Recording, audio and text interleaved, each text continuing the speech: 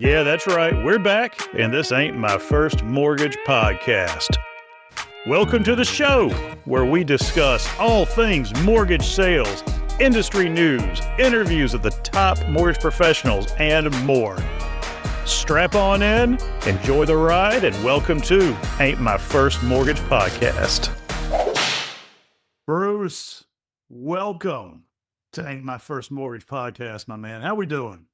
This ain't my first mortgage podcast. That's right, it's not. Right? So It's we'll not those, me either. the new format, though, the new format it is. That's right, man. So for those of y'all that don't know, Bruce is a friend of the show. He made an appearance on the Big Skip Energy podcast back in the day, and I'm excited to have him back on, man. So Bruce, hey, before we dive into some much needed conversation, take a second, introduce yourself, tell everybody who you are, what you're about. Yep. Thank you, Skip, obviously, for the opportunity, man. I always enjoy the time to dish with you and spend time with talented people like yourself. So a decade ago, about a decade ago, I'm coming up on my 10-year anniversary, Skip, of launching 90-Day Sales Manager. The P90X of sales training is what we dubbed it. So, But yeah, I moved from Nashville to Denver to launch my coaching business almost 10 years ago. Have a PhD in human performance. So I just really enjoy helping people reach their full potential. Yeah. And primarily working in housing, banking, insurance, and finance, all the commoditized industries. But, really over the last 5 years plus have definitely, I would say 90% of my clientele are in the housing and banking space. So primarily loan officers, real estate agents, all that kind of stuff, right? The interesting thing, Skip, is, and this is where I get into my coaching hat, everyone pretends like their business is unique, and it's not. It's like, yeah, there's nuances to mortgage. There's nuances to being a sales trainer, right? But I mean, at the end of the day, sales really is sales when you're walking somebody through initial contact to try to set the appointment, to conduct the appointment, to, handle their objections, to giving them your pitch, to following up, right? So I just always find that really interesting talking about housing, banking, insurance, finance, because this as you get booked as a speaker, right? It's like, well, do you understand our business? And it's like, yes, I understand your business. Yes, I do. Yeah.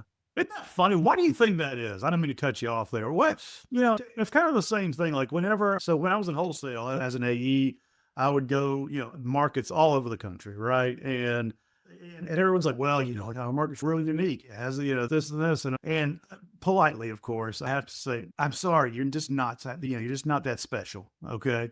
I understand your concerns, and they are legitimate, but they're not special, okay? So why do you think that is? Why do people feel that way? Is that something that folks use as almost a subconscious reason why they may or may not be successful or as successful as they want to be? I mean, what do you think? Yeah. On the coaching side, Skip, because I see this, and I'm not going to get into mentioning other names of trainers, right? But I know other sales coaches that they lean into that. Like, oh, Dr. Bruce has never been a mortgage loan officer, so why would you go learn anything from that person, right? So I know that's a whole different animal, Skip, that's not the question. That's what I'm talking about, though. I'm talking about in general. So, let's just take the mortgage piece out of it, because you're right. It spans across industries. That's right. And I'm just kind of wondering what it is that motivates someone's perception, to get that ingrained. And I think they said the nuances, right? So yes, there are nuances that you need to understand, the verbiages and the terminologies and this and that and the other. But, frankly, I think as a human race, we tend to make things overly complicated, right? That's for sure. I actually enjoy when, Skip, this, when you can actually start to work with somebody that's maybe brand new and they don't have all these preconceived notions. They don't already know everything there is to know. Yeah. It's actually easier to coach them. Oh, it is 100%. Because they don't have, that doesn't work, or I tried that. Like, yeah, you tried that 5 years ago, and then you maybe tried it once, and then, you didn't actually follow through the whole time, sort of thing. Yeah. So I think that's part of it. To your point, it's kind of a built-in, maybe a crutch a little bit of well, I tried that back in the day and it didn't work, or, oh, that wouldn't work in my market, or that wouldn't work in my business. I literally just got off a coaching call with our boot camp members, and I made this analogy. Are you an Office fan? I know you and I share a lot of similar shows. Yeah, I'm not a diehard like a lot of people, but I do like the show. Yeah. Well, there was one episode, if you remember, when Michael Scott and Jim flip-flopped, and Jim became the manager and Michael became the salesperson, because you could actually, it was when, and I forget the name of the company, came in and bought the company out, right? And so now the salespeople actually made more money, and Michael Scott found out about that. So now he wanted to get back into sales. But anyways, so Jim is now in Michael's office, and he's looking out, and Michael Scott's dinking around, because let's be honest, that's what Michael Scott does. And Jim's like, listen, man, you got to do something. You can't just sit there all day, right? Like you got to go do something. And I feel like that's what a lot of like sales is like, well, I tried that didn't work. And then I tried this didn't work. And it's like, well, you got to do something, man. You can't just sit inside the office and hope things happen, because hope is not a strategy. So that's a whole other not a strategy. Well, that's one of my favorites. So, but yeah, I mean, I think it is. I think it's a very nuanced industry. Like all industries are nuanced, but at the end of the day, it does come down to common sense is not always common practice. Yeah. Yeah. I mean, that's the thing. I mean, if you continually look at the world through your particular lens, you're not going to have an accurate picture. That's why you and I have jobs. That's right. Because it's not necessarily a lack of knowledge. Sometimes it is, but usually it's a lack of awareness and realization. Because you know this as well as I do, because you and I both coach. And so it's, the answers are usually inside people. It's just trying to draw them out. That's the challenge, Yeah. So speaking of which, I want to back up for a second. This is a question that I'm only 99% sure I asked you a couple of years back on the other show, but I want to do it again. How did you go from academia into, working in corporate sales training and coaching and that kind of thing? How did that transition occur? Yeah. So I actually started, I would say I was a graduate teaching assistant at Middle Tennessee State University. So I'm 24 years old and I'm teaching classes. I'm working on my, my doctoral degree, all that kind of stuff. And during that time, I met a gentleman named Coach Michael Burt, who was an up and coming speaker, author, coach, all that kind of stuff. And so I just fell in love with personal development, and like I was watching him on stage. And so I literally would just follow him around like a puppy dog. I write your press releases. Can I help you sell your books? Like I was driving him to events, and this is while I was working on my PhD and all that kind of stuff. And then, so once I graduated, I became one of the youngest ever program directors at the Texas A&M system, PhD at 29. I'm like, well, I did all this to go be a professor. He's like, are you sure? And I'm like, yeah. So I got a job down at Texas A&M Kingsville. I ran the sport business program down there for a year. And then I went to Charleston for a year and ran their sport business program there. And I got tired of hearing those who can't teach, right? At 30 years old, I'm like, okay, I'll show you, kind of a thing. Yeah. So, I met with Coach Burt again, and I just said, man, I want to come back and work with you. Let's see what we can do. And so for about a year and a half, 2 years, I went back and just worked with him, right? And so, but he had a very unique background as well. He's a former championship women's basketball coach, high school basketball coach at the largest high school in Tennessee, Riverdale High School. So both he and I kind of have very unique backgrounds coming into the business world, where we were never loan officers. We were never real estate agents. We were never financial advisors. We were never title reps, never insurance agents, right? But sometimes it's actually nice to have that outside perspective. But both of us had that human performance background, sort of a thing. So I hope that answered it. I know I bounced out and danced a little bit there. I know. So I know that we aren't going to go into the who says this. So let's just put it out. So you and I, we're obviously competitors, right? But at the same time, I think it's really important that we understand that the way that you go about training, the way I go, that's very different. And even if it wasn't, I mean, we could say the exact same words. You've heard me say this before. We could get up on stage, have the exact same words come out of our mouths, and different people in the audience will pick up on it than others. And that's one of the things, that's why I think that, you not having a mortgage background, does that hurt you? I don't think hurting is the right term. Would it be nice? Yeah, probably. I mean, does that give me a little bit of an edge? Sure. But it's not really about that, because that inherently tries to position what you do as, well, for lack of a better term, as inferior. And that's simply not the case, right? Yeah. There's another trainer out there, and of course, we're not going to go into naming names here, but he has said, and has been on a record many times for saying, hey, if you're taking advice from somebody who hasn't closed $100 million in volume, then you know what, you're wasting your time. Like, the hell does that mean, man? Yeah. Like, come on, dude. So, I mean, that's like saying that in order to be a successful NFL head coach, you had to have been an MVP quarterback. Yeah. Like, no. In fact, the opposite is actually true a lot of times. Yeah, and typically your top, it's a lot of times your top salespeople in your industries, right? They don't make terrible managers, because it's a completely different set of skills. Bill Belichick was a terrible football player, but one of the all-time greats. Now, we're not going to go into arguments about whether it was really him or Tom Brady. All right. That's a different discussion for a different day. But you see my point, right? Bobby Cox, longtime manager of the Braves, just passed away that was back in my heyday. Very mediocre ball player, but considered to be one of the most successful major league managers of all time. It's different skill sets. So I think it's important that people realize that. And when they're looking at what you and I do and others do, they take it for more than face value and understand that there is a lot more to it than just that. And I know that's a total tangent. No, I wanted to bring it up. All right. So listen, I just want to lean into that too, because it's different. I'm speaking at the Michigan Mortgage Lenders Association here in, like a month or two. And the topic which has become one of my new favorite topics, turning managers into coaches. Mm-hmm. Right. So I've always had my 5 habits of highly effective salespeople. But obviously now that I've been in coaching for over a decade with salespeople and, coming from the sports world of coaching and all that kind of stuff, right? Like everybody needs a coach in life, trained to always outperform untrained. But turning managers into coaches there's different styles, there's different personalities, right? Like, hey, you know what? Maybe I need a Bill Belichick, disciplinarian, bust my, all the time. And, that kind of thing versus the Pete Carroll where, hey, high energy, fires coach, right? So there's a lot of ways to go about it. Well, that's the same thing in our world, right? There's no one right answer. Yeah. Maybe there's a period in my life where I need that big skip energy, right? And there's a period in my life where I need, some Dr. Bruce in my life, right? Or most successful managers recognize that, man. I mean, let's just go ahead and throw out a real example. John Beckman is a great dude, right? Yep. And he's really good at what he does with his team out there in Kansas. He's worked with you. He's worked with me. He worked with a couple other folks. You know why he does that? It's because there's always something to take away from differing perspectives. Yep. And, and that's why I've continued to want to do things with you, because we got to recognize the ability to connect and to complement.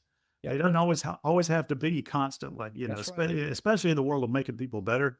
I mean, Skip, taking this back to the mortgage world, right? It's the same thing in their world. Like, hey, if a credit union, a bank, an IMB, or whoever has 30 LOs and they're in their same market, the consumer's picking one of those LOs based on what? Alignment, based on, hey, you have the same products and the services, right? But it's like, I resonate or I connect with this person. It doesn't make me right or you wrong, Skip, when somebody does or doesn't resonate with you versus me, right? So, I mean, there's 7 billion people on the planet. Surely to goodness we can go attract the right people into our lives. I would sure hope so. Hope so, man. I mean, that's it. That's our business. All right, enough of that soapbox moment. I want to talk a little bit about Accountable, because I'm a big fan of the product that you've been developing and the way it looks now, and so I want to, without turning this into a commercial for you, I want to talk about, first of all, the name. I think leans really heavily into a concept that you've been on for a long time, and that the fact that accountability is a big negative word in a lot of sales organizations, because no one necessarily likes being held accountable, but almost everybody needs to be held accountable. So I'm going to guess that played into your naming of the CRM. Is that accurate, or am I off? Very accurate. Okay. Yes. So, I mean, accountability is one of the most overused, underdone things in life, right? Not even in business, but in life in general. But it does have a negative, like a carrot and a stick, sort of connotation. And it shouldn't be that way. It's funny, Skip, I normally show my Apple Watch, but my Apple Watch stopped on Saturday, so I haven't been coming in. But I wear an Apple Watch because there you go, man, because I track my workouts, my steps, my sleep, all those kinds of things, because I know if I want to reach my full potential in performance, like, again, everybody competes harder when there's a scoreboard. Accountability isn't a negative. Right. Sort of a thing. So our whole tagline, and this gets, not to turn it into a commercial, like you said. I opened it up for you to do a little bit, right? But when I started to study a lot of the other CRMs, especially in mortgage, like where all this really came from was I went to plug in my 90-day sales accountability software into the existing tech stacks, i.e. the mortgage CRMs. And I learned that the majority of community banks and credit unions didn't already have a mortgage CRM. So that was number one. But then number two, when I started to actually study the ones that they did have, the Total Experts, the Surefires, and listen, these are amazing platforms, but they're primarily built more as marketing tools like set and forget. Correct. And a lot of the times the LOs don't even know how to log in. They don't even know their logins. They're, so I just wanted to build a software to where we put the users, the loan officers, the salespeople, the performers at their center of it. Okay. And so that's the goal, is every day you wake up knowing who to contact and how and why, and you're accountable to doing the activities inside of your CRM. And it really is that simple. Yep. Yeah. And that kind of, you mentioned something a second ago, which is where I want to take this next about, banks and credit unions or even smaller IMBs, right? Let's just focus on the financial institution piece actually for just a second, because they are historically, especially the small organizations. And listen, I've got a tremendous community banking background, so I say this with love, but they are typically behind the times when it comes to technology for one reason or another. Sometimes and often it's a scalability thing. It's expensive to have tech, right? That's why they can never compete with the big boys like Bank of America, Chase, whatever, on that front. But at the same time, they're also resistant because it does require an attitude to adopt the new, right? So what's your take on that? Why do you think that is? I mean, is it something above and beyond what I just mentioned? There's definitely a lot there, Skip. Yeah. So I've been doing, we've been doing demos now for 4 years with Accountable. So I've learned a lot the last few years.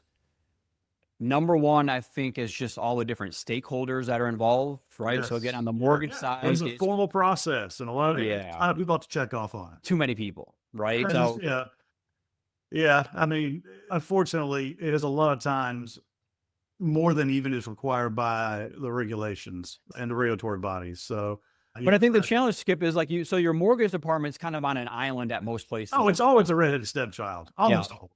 So there's that part of it. They're like, and this goes back to mortgage. Mortgage is nuanced, right? There is a lot of different fields and things that goes into a mortgage pipeline versus, your checking, your banking, your auto loan, your whatever it is, right? Yeah. And so my opinion, a mortgage department needs a mortgage specific CRM and mortgage specific tools, right? Sure. That combined with your Salesforce or your HubSpot or whatever it is from an organizational standpoint. So I think that's one of the bigger challenges is mortgage departments over here on their island. They recognize they need some of these tools. They go pitch it to the CLO. And sometimes, listen, the CLO is also in charge of the mortgage department, but they don't maybe understand mortgages. Yeah, by default. Yeah. So I think so to answer your question, like every place is a little bit different with their structure. But what I do see happen a lot is if you have a director of mortgage that takes it to the CLO and the CEO, and then they're like, well, we've been talking about getting our own tools anyway. So then they just keep kicking the can down the road. And a tool like Accountable can literally be set up in less than a month, Skip, integrated with their health. That's kind of where I was going with this is that the resistance is there for one reason or another. I'm not going to judge whether it's good or bad. It's just, it is there, right? It's there. And so one of the cool things I know just about your product is that it is scalable. It's easy to implement. You don't have to hire a team of consultants to set it up like a Salesforce, or, it's not designed for a company with 500 loan officers like your Total Expert, something like that. I'm not saying it can't do that because it could, but it's really more geared towards your smaller to mid-sized organizations. And it's like that intentionally. So yeah, that's. And you said that, Skip, it's intentional because you started to cut you out, right? So yeah, like we want to have that, we have some companies that literally have 1 or 2 or 3 LOs and, so it's easy to get up and going. We have some that have, 30 plus, but our sweet spot's really in that, that 10, 15 to 20 range, which is a lot of community banks and credit unions, right? So we can do the ones that have just a handful of LOs, or we can have the ones that have 30 plus. Yeah. But coming back to the culture, like Accountable, like a lot of them are like, that have the 3 to 5 to 10 to 15 LOs is like, hey, you know what got us here won't get us there. And we know if we want to go play at that next level, not only do we need to elevate or level up our actual loan officers, but we need to give them the tools as well. We can't ask our loan officers to go be these amazing producers, but yet we're not giving them the very basics. Right. And Skip, we love sports, right? So it would be like, I want to be a Georgia Bulldog, right? But, I want Georgia to go compete for national championships, but yet we don't have the facilities, or we don't have the health and wellness. We don't have, you know what I mean? Like Yeah. you gotta give them the tools then if you really want them to go compete at that level. And there's, these credit unions and banks they already have the data, they're already halfway there. If they would just kind of maybe get out of their own way in some of these cases and not hide behind compliance or this or that and the other. And again, I like that. Not hide behind it. Yes. yeah, That's I good love stuff. my credit unions and my banks as well. But man, Of like, course, let's you get know, out you of our know own those way. two. Yeah, let's get out of our own way though, and not hide So behind some of these things. here's an interesting question for you. Does technology create accountability, or does it really expose whether that accountability already exists or not? I think so. I'm gonna come back to your main point there. You know what I think technology can sometimes do though is we have a new credit union, and one of their LOs is just like bogged down by the details, like the devil's in the details, right? Like, overthinking, overanalyzing everything. My email signature isn't perfect, so therefore I don't want to send out an email. Like, done is better than perfectly undone, sort of a thing. So I think sometimes the challenge with technology is, people think it has to be perfect to start using it. And then now they stop doing the things that they should be doing, right? The networking events, whatever it might be. Right, Skip. So I know that wasn't your original question. No, But we can just touch on that because that's still part of that process to where, hey, we've been asking for this one thing, and now it has to be perfect for somebody to actually use it, right? And so there's But that that goes piece of back it. to what we already talked about in the implementation of Yeah. something like this. Because I mean, y'all, and I'm pretty sure you got this out there somewhere. I want to say, and please correct me if I'm wrong, that y'all have like a 90% adoption rate. Yes, we have a Whereas, 80 to 90%. whereas it's the classic sales joke. Nobody likes doing it, but at the same time, you've been able to get a lot more buy-in. Yeah, we've been able to make it gamified. I know that's an overuse, but it's But it fun. can be very accurate though. Yeah, but it's fun. It's like, hey, I log in and Accountable is telling me who to contact and how and why. Yep. Right. So, the smarter or the harder you work, the smarter we're going to work for you to be able to provide some of these things. And then we do have the goal setting, so we can kind of make it fun for when it comes to that. And, Skip, like, we all know KPIs, like, oh my gosh, the salespeople hear the word KPIs, right? But it's like, but we can give you those KPIs where it's just sales is a game of probability. I know if I talk to X amount of people, then I should have X that happen. And that's the thing, is like there's more to sales than just numbers, but at the same time, it's kind of like the rate with a mortgage. Is the rate the most important be all end all thing on a mortgage? No. Is it super important?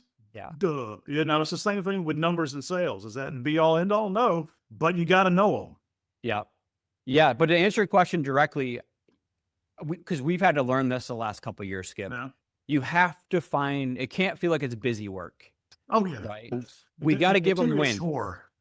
Yes. We got to find the wins within the software and the platform. If it's just busy work that, hey, Skip's my manager and he wants me to use this tool to micromanage me, that's not going to work that way. We have to truly go out and find the opportunity. And of course, that also raises other questions about, well, if that's really what you think, I mean, maybe management's got a problem, disconnect too, but that's true. That's very true. All right. So, that this stays short and sweet. So we've kind of reached the end of our time, even though we're kind of just getting started. So I got a feeling I may have to have you back again later, but any last thoughts that you want to share with everybody? And then I want you to tell everyone how to get in touch with you, find out, how to email, contact, all that kind of fun stuff.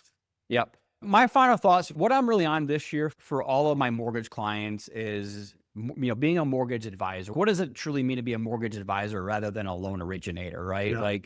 Yeah. So you have to be proactive. You have to go out there and find the opportunities. Yep.